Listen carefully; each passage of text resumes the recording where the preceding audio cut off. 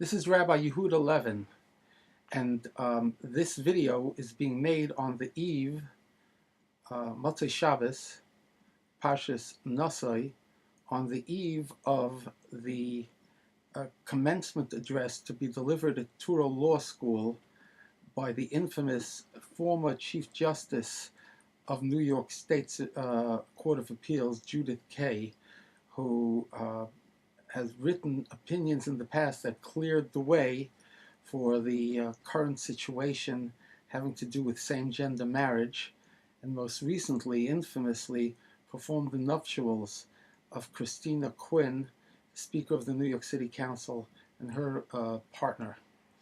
Such a person has no business addressing a regular, non-secretarian college commencement because of the immoral, amoral values that she has helped promote, but certainly not Touro Law School, which is under the auspices of religious leadership. As I get older, I find myself being less interested in being politically correct in the slightest.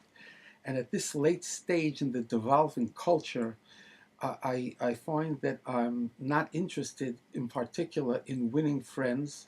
And I don't even know if I'm interested in influencing quote-unquote people, depending on who they are.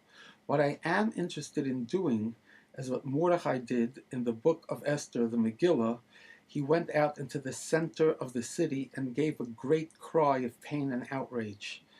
And I want to say, shame on Touro College, and by extension, say shame on the top leadership of Touro College, and shame on their associated rabbinic teachers, their rabbinic yeshiva college aspects, etc., because you can't have it both ways.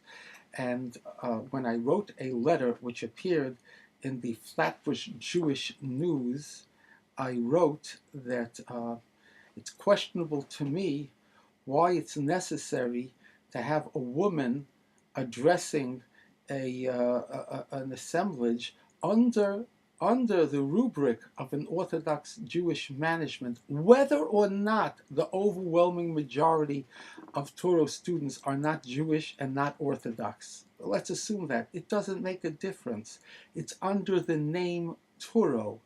It's under Orthodox Jewish management, if you will.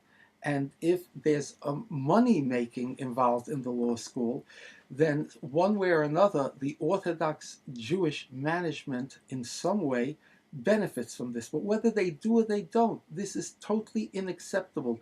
This sends a message to the media, to Judith Kaye herself, to the radical homosexual movement, etc., that look, we even get acquiescence and tacit turning of the other cheek in the face of the outrage of Judith Kaye. Now, after this letter in the Flatbush Jewish News, I expressed the fact that if Rabbi Bernard Lander was alive and he had offended like this parts of the Orthodox community that haven't lost their sensitivity to these things in this devolving culture, especially in the aftermath of the cause of our neglect, which was the passage of the same-gender marriage legislation in New York, and the recent decision by 3 judges in Massachusetts, Romney's hometown, to kosher same-gender marriage. The point of the fact is, or the point of the matter is, that I would have expected some sort of an apology. Au contraire, there was no apology, and I have a feeling, though I can't prove it, that there's even probably some kind of an outrage in the ivory towers of Touro's leadership. How does this Levin guy have the chutzpah, the nerve, to criticize Touro and have this appear in a Jewish paper? So the fact of the matter is, I'm here today to offer a $1,000 reward to a person who I have great respect for, but nevertheless, institutions that are under his leadership have publicly done these things, and he hasn't publicly disapproved.